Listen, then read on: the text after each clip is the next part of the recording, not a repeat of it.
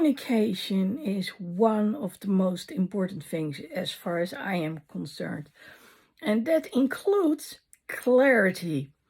Now, me standing for inclusion, which also means people who fall a little bit outside of, I don't know, the norm. What is the norm? There's no such thing as the norm. But people who are a little bit different, act a little bit different, they are embraced by me. Now, here's the thing. I said something and I'm not sure if everyone picked up on it, and especially not why I actually said it. So at some point during one of my lives, I talked about certain people who, well, it's a certain category of people who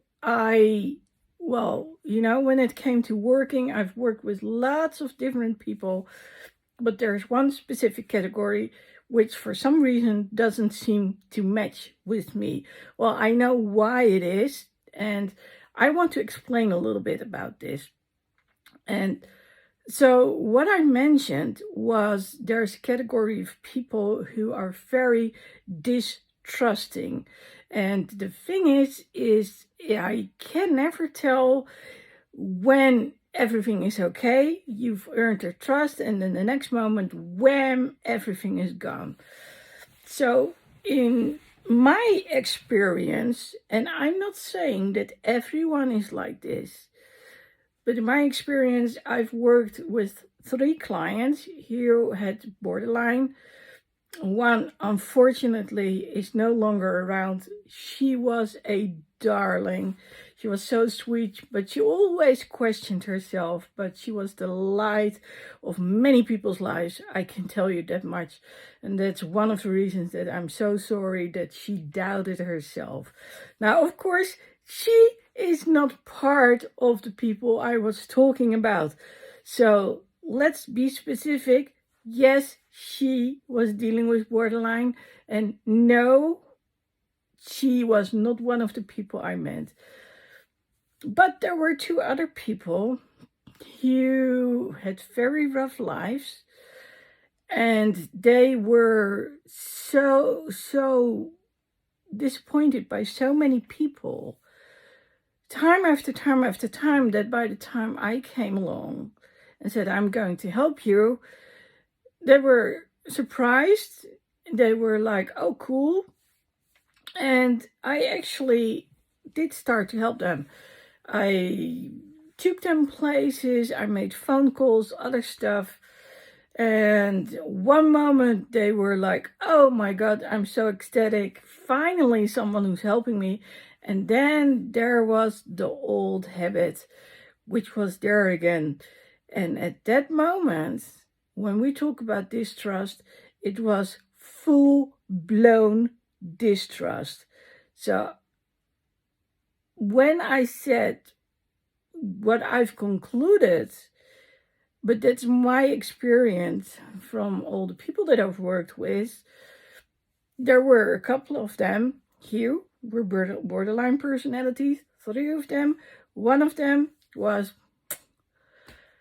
and 2 of them, it just didn't work out. And I cannot handle when one moment people are like, yes, we want to work with you, and then when it comes down to it, they start to say to me, we cannot trust you, we don't believe in you. And the moment that they are going to say so, like, you're doing it for the money or other stuff, then, and especially when they rip up contracts, I'm done. I'm so done. And yes, I've had 2 people who actually started doing so. Now, it's not like that hasn't happened before. I mean, when we're talking about people with neurodivergency, so who are neurodivergent, you are on the spectrum or who are a little bit different, that there is a time I can walk along and sometimes it's for a very long time, but at other times it's enough. So my job is to help people get moving, get going, get started up. And, at some point, then it's up to them. If they still want to work with me, I've done what needed to be done. I've helped them out, whether it's with housing or being acknowledged that certain things need to be different, whether it's with their employer, whatever it is. I know that I've done a good job when I've helped them move forward, when I've made them more certain about themselves, when they know how to act in certain situations, then I've done a good job. But at some point, there might be someone else who, at that moment in their lives, does a better job. So, one of the people that actually, the both of the people I've been talking about, they are in a better situation than they were. Well, from one I actually don't know. I'm not in contact anymore, but she did get the opportunity. And the other one, I know he is better off than he was, and it was because of the help that I've given that person. So please, when I say those things, don't start doubting yourself. My goal is not to be judgmental, but my goal is also to be realistic. And, well, one of the things I cannot handle very well, first of all, is that I do a lot for you. I do it built on trust. So when I start working with people, I never know if I'm going to actually be able to get invoices out there. Not too long ago, I was working with someone and no such thing. By the time that they finally said, you're going to get guidance, it was the party who was taking over from me who actually got it. So I done all the legwork. Basically, that's what it came down to.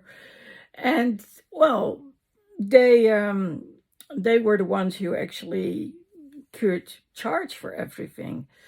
Was that really horrible? The way it was done was horrible. And I actually talked to the local city, so to the municipality, about it. Like, hey, this is not right, because the person in charge of all the money basically said, you should have waited for 8 weeks until you got the assignment, and in those 8 weeks that person could have killed himself, or something else could have happened to the person. So no, I don't agree. When people are in situations where they're, when all of a sudden, for instance, they don't have any money anymore, or they have to stay in a place in a home where they cannot move around freely. Again, I'm just using some examples, but those are true situations. Then I'm not going to wait. I'm going to say, I'm going to help you out. And if I'm in luck, I'm going to get paid for it. If I'm not in luck, then I won't. But I know that you are safe. Now, I did get something, a little bit for the effort, so that was nice. It was, sort of like a gift, so that was good. But that one thing that was said, that really rubbed me the wrong way. I don't want people to have to wait months to get help, not when they need it straight away. So that's me. I'll pitch in, I'll step in. It's just that when things are arranged and people then say, I'm going to step out, that it's like, okay. And, I've been thinking a lot about what people were doing and why they were doing it. And that's how I came to certain conclusions, like, oh, okay. So when people are really like, and I don't mean bipolar, I mean, you've got people who are like manic and then they're depressed. That's a totally different story. I mean, we're talking about people who are in a manic state, so they basically are on top of the world, and with a little bit of bad luck, they're in a psychotic state, and they don't know what they're doing. It can happen. And, well, that's when I'm working with those people, we talk about medication, but we also talk about the system. How can you recognize that you get into such a situation?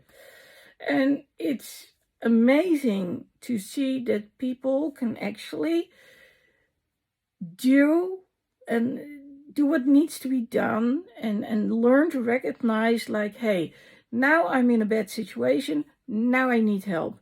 And of course, when they are depressed, that's not good, because lots of people who are really depressed, they don't get out of bed, they don't know how to take care of themselves anymore because they don't care anymore. Now, there are also other variations where we have like extremes, but those are the two which I think are literally on opposite ends.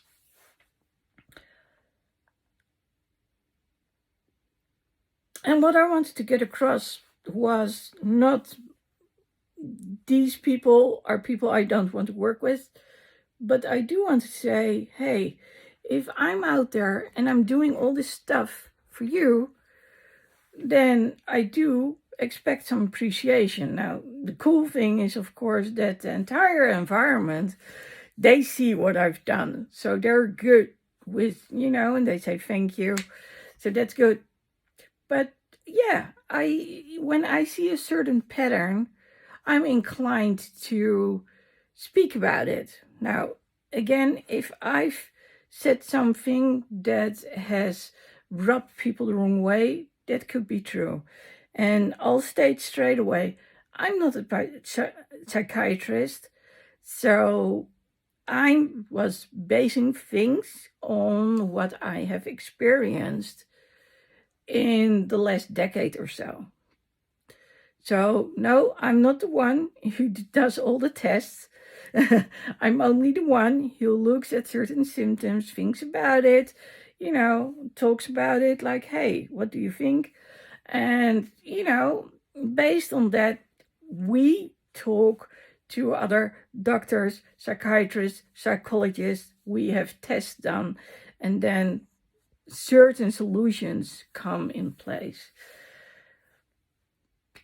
And sometimes, like I said, we know certain people are diagnosed with a certain, let's call it a disorder. I don't like labeling things with disorders, but,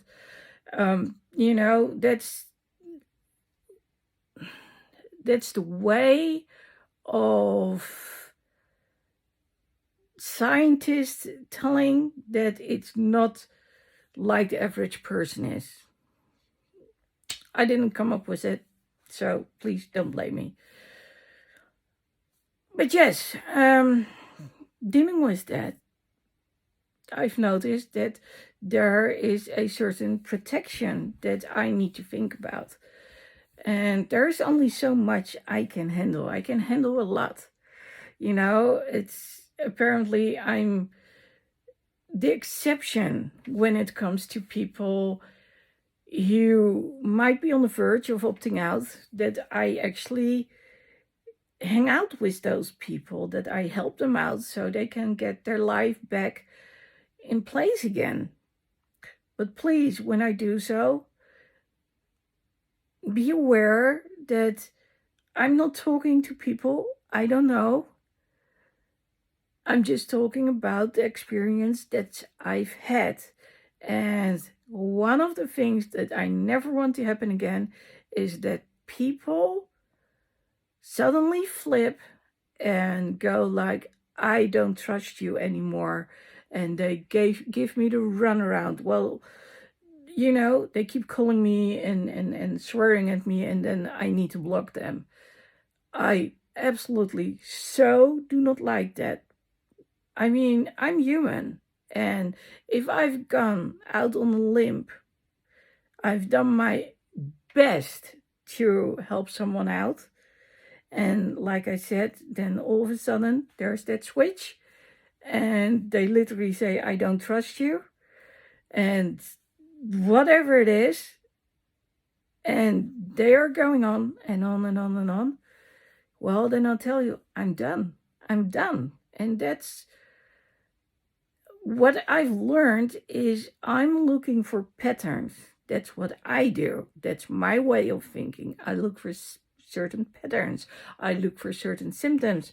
I look like, hey, what is it that I can do to guard myself so this doesn't happen in the future anymore? But that's me.